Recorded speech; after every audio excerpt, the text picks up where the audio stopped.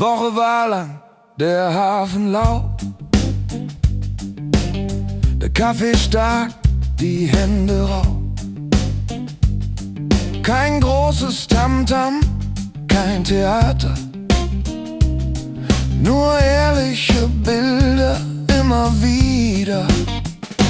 Heute ist nicht alle Tage, Sonntag um 6, keine Frage. Ab Januar sind wir wieder da und mittwochs auch, wenn's passt, na klar.